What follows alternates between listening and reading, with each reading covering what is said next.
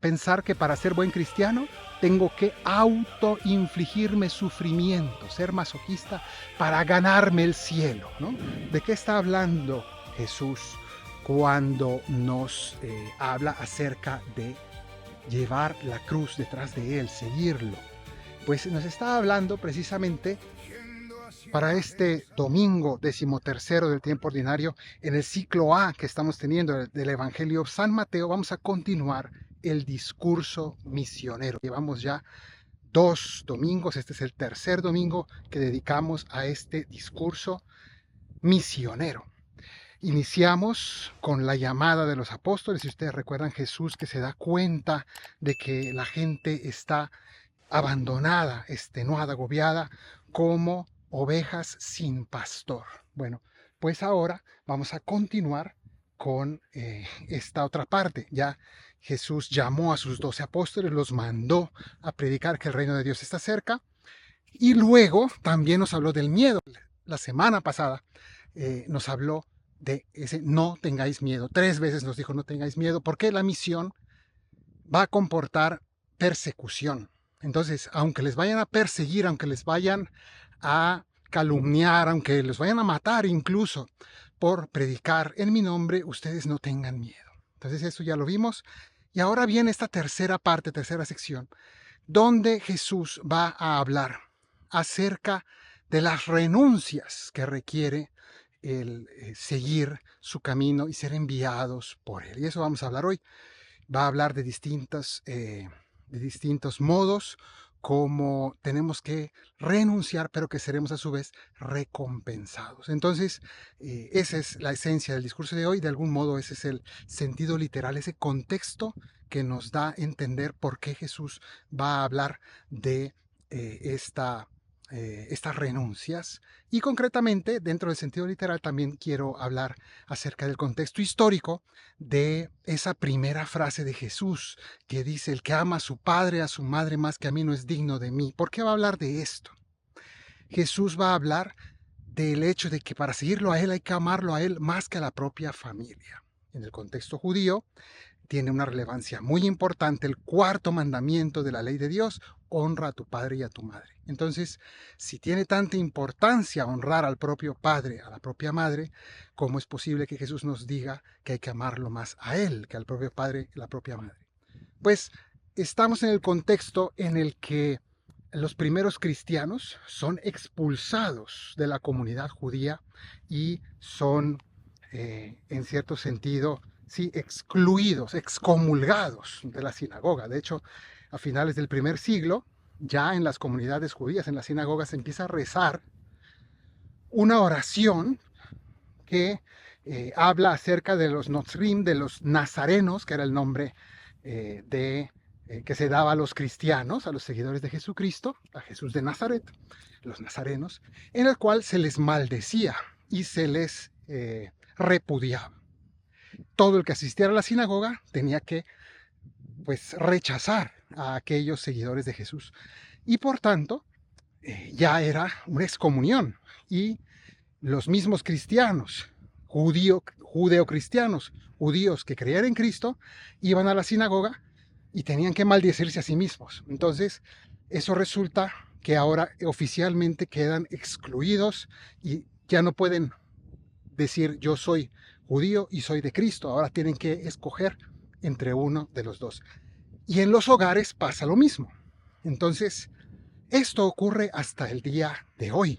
El día de hoy, una persona que sea judía, como también pasa de manera semejante en el Islam, con más peligro aún en el Islam, cuando elige seguir a Jesucristo, pues su familia, su entorno social, sus amigos, pero sobre todo su núcleo familiar, lo puede rechazar por completo. Y de hecho ocurre en no pocos casos, ¿no?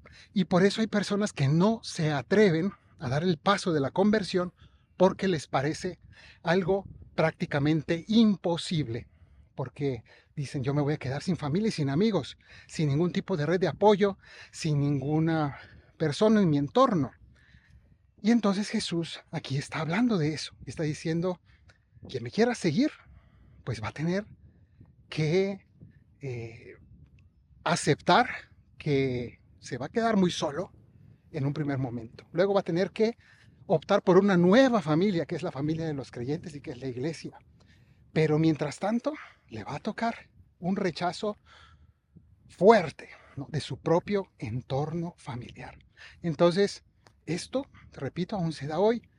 Usted puede ser judío y ser ateo, seguirá siendo judío. Usted puede ser judío y ser budista y podrá seguir siendo del entorno judío. Pero usted no puede ser judío y cristiano, porque es considerado el polo opuesto o contrario por parte del judaísmo. Entonces, esto, repito, no lo estoy diciendo en un sentido de querer causar antipatía. Lo que quiero es más bien explicar el de dónde vienen estas palabras tan fuertes de Cristo, porque precisamente el Señor está hablando acerca de esta realidad y de esta renuncia. Y eso que se aplicaba en el primer siglo, entonces ahora tenemos que aplicarla en nuestros días, a nuestro día de hoy. Y eso es lo que haremos viendo el sentido, la enseñanza moral de estas palabras de Jesús. En nuestro caso hoy en día, pues no se trata exactamente de lo mismo, de algo tan fuerte, pero efectivamente en muchos casos al cristiano le toca optar por Cristo, incluso con una gran incomprensión de su entorno familiar. Y por ejemplo, pensemos en el caso de jóvenes, hombres o mujeres que sienten el llamado a consagrar su vida y que sus familias no lo aceptan, que sus padres tienen un proyecto distinto, quisieran otra cosa para sus hijos y no aceptan que sus hijos quieran entrar en un convento o quieran hacer sacerdotes, monjas, religiosos.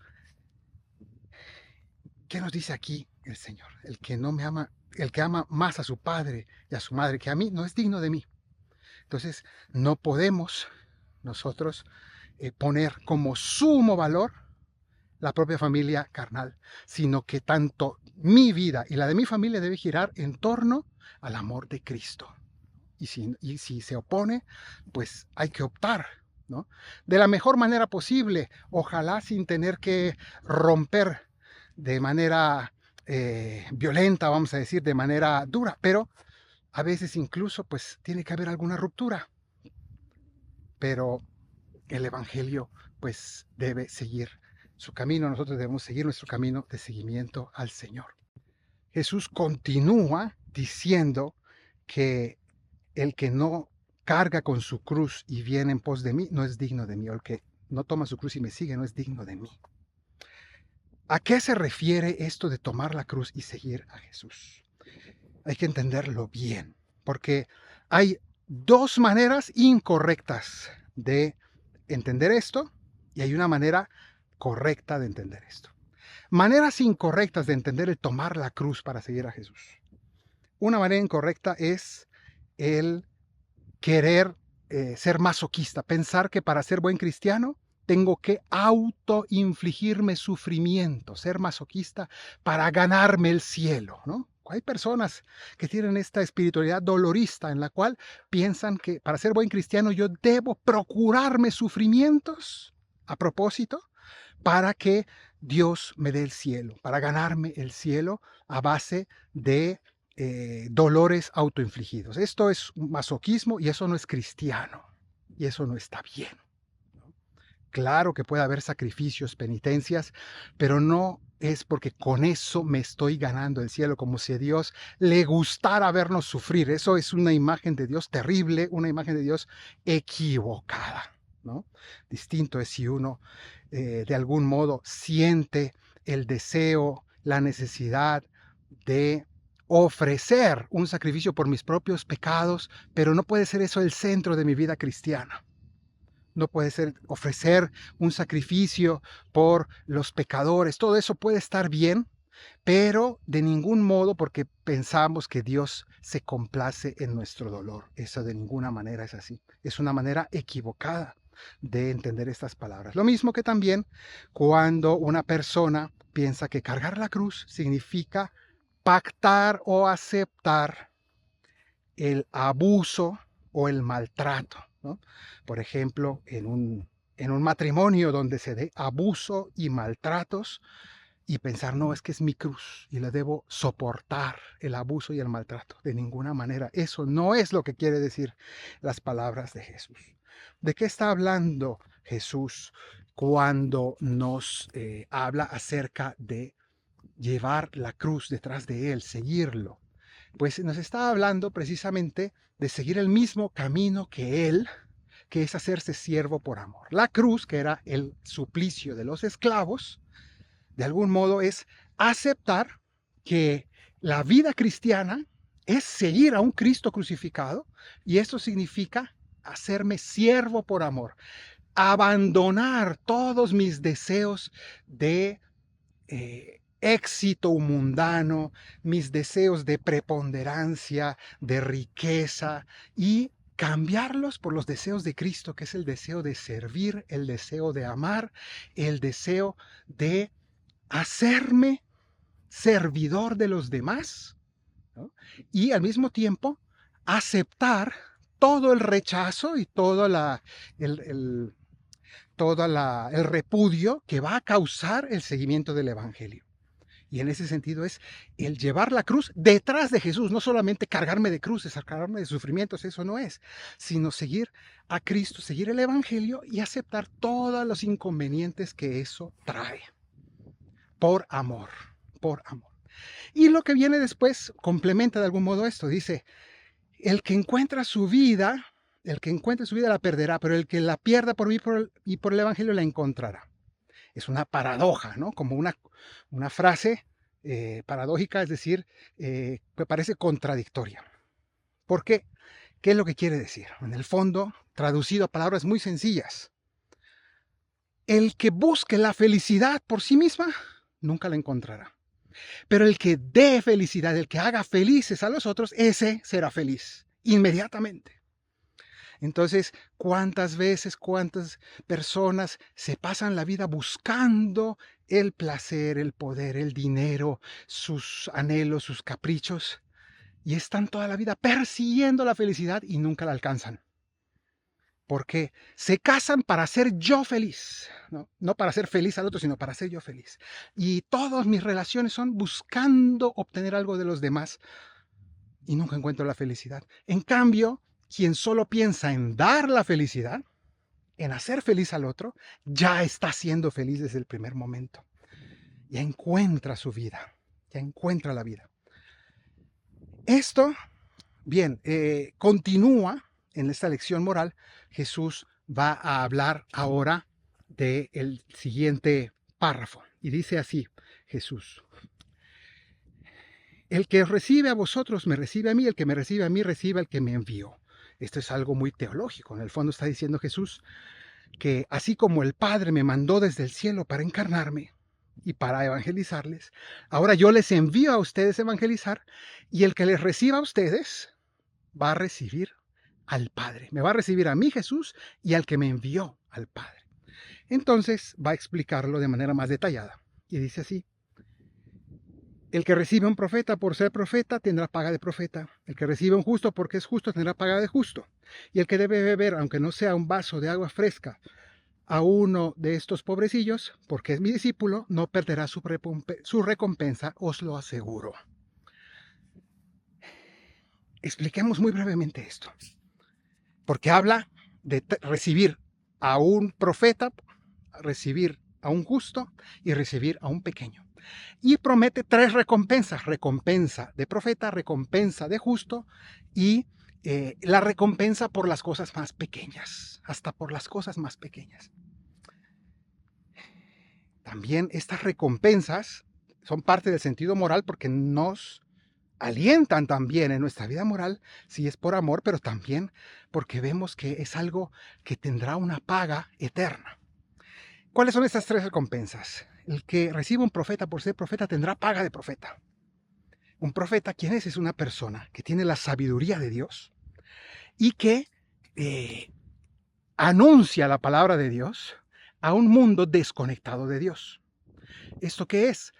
Significa que una persona que ve las cosas, ve la vida, ve la historia, ve el andar de la sociedad de una manera llena de sabiduría, sabiduría que viene de la palabra de Dios.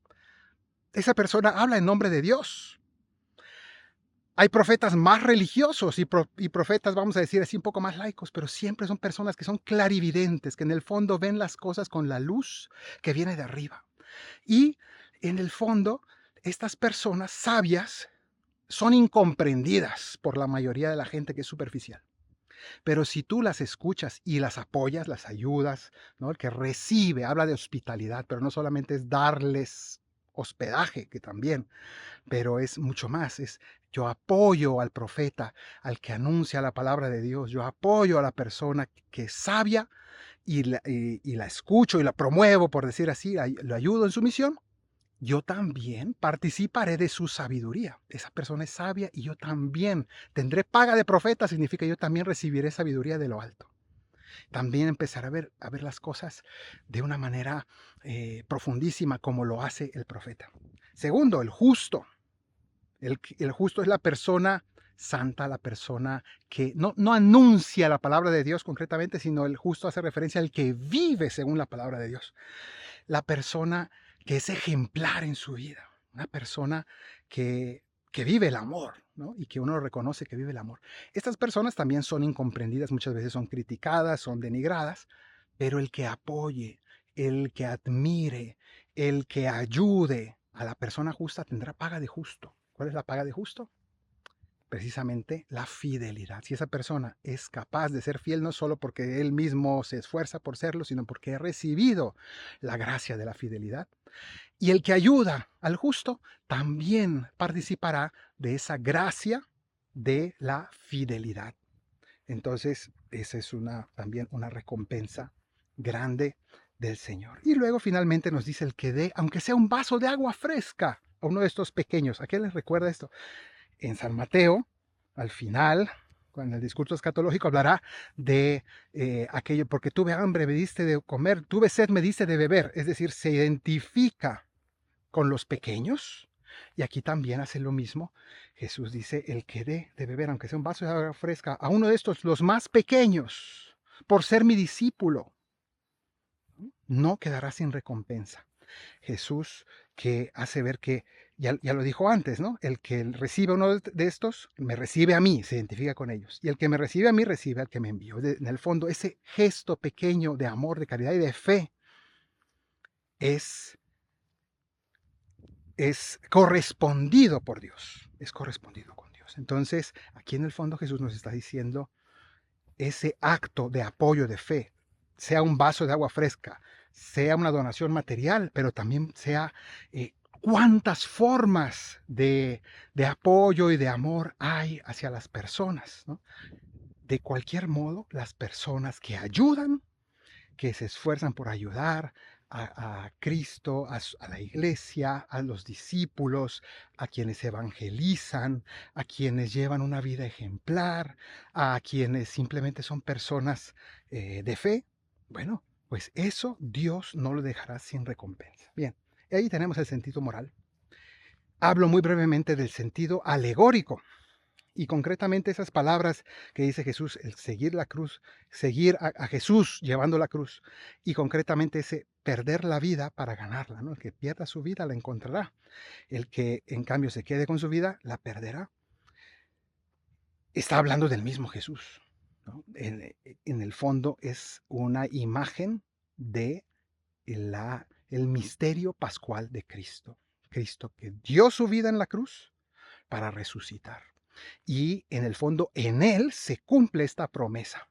Y ahí nos dice Jesús, precisamente, el que siga el camino de la cruz conmigo en su vida y muera, ya no en el Calvario crucificado físicamente, sino en su vida cotidiana, amando, ¿no? Renunciando, ¿sí? Al mundo, optando por mi camino, como ya explicamos antes, entonces encuentra el camino a la resurrección, ¿no? Y él mismo lo realizó verdaderamente en su propia carne, que murió y resucitó, y nos está haciendo partícipes de esa muerte y resurrección. El que, si con Él morimos, viviremos con Él. Si con Él sufrimos, reinaremos con Él, dice San Pablo. Entonces ahí está esa promesa y eso nos lleva precisamente al sentido escatológico. Recordemos que el sentido escatológico significa lo que nos habla de la vida futura, de la vida eterna. El que pierda su vida por mí, por el Evangelio, la encontrará. Encontrar la vida, como siempre decimos, tiene un sentido ya aquí y ahora, por un lado. Es decir, el cielo no es solamente después de la muerte, ya aquí encontramos vida, ya aquí encontramos plenitud y felicidad, pero obviamente también apunta a esa recompensa, recompensa de profeta, recompensa de justo, recompensa por dar ese vaso de agua o mucho más que un vaso de agua a quien sigue al Señor. Tendrá una recompensa, esa recompensa es el cielo y ese cielo que empieza aquí, pero que llega a su plenitud total en la otra vida. Pidámosle al Señor que nos llene de ansias de cielo y que nos haga sus discípulos a los que no les importe todas las renuncias que sean necesarias con tal de alcanzar la plenitud de vida que es Cristo. Que el Señor te bendiga desde Sión, el que hizo cielo y tierra, en el nombre del Padre y del Hijo y del Espíritu Santo. Amén.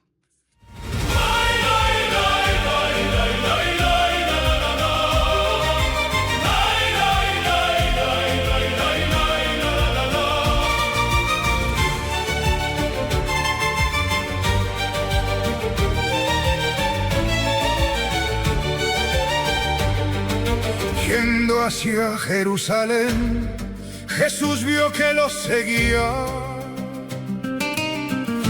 mucha gente que venía caminando detrás de él. Se detuvo pensativo y dando la media vuelta les habló con voz resuelta y advirtiéndoles les dijo: quien no pospone a su padre, a su hermana y a su hermano, y aun llamándose cristiano, no me antepone a su madre, no podrá ser de los míos, de mis discípulos fieles. Solamente es un creyente, mas no busca ser de Cristo. Es discípulo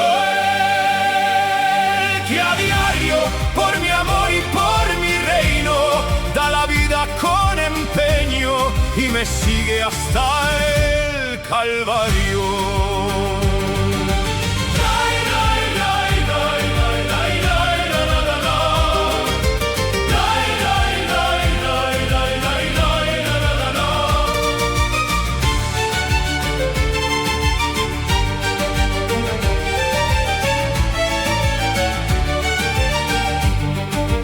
Quien no carga con su cruz y no camina conmigo,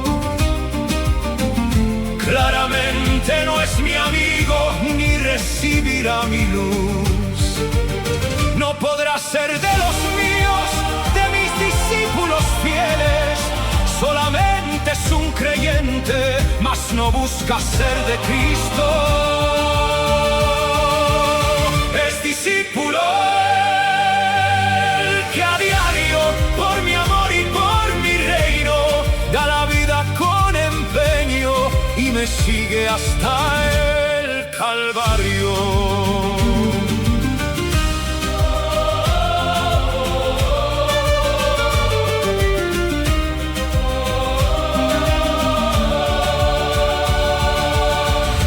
Quien no renuncia a sus bienes para ser yo su tesoro, solo aparenta decoro para parecer decente. No podrá ser de los míos, de mis discípulos fieles. Solamente es un creyente, mas no busca ser de Cristo. Es discípulo que a diario, por mi amor y por mi reino, da la vida con empeño y me sigue hasta él. Calvario.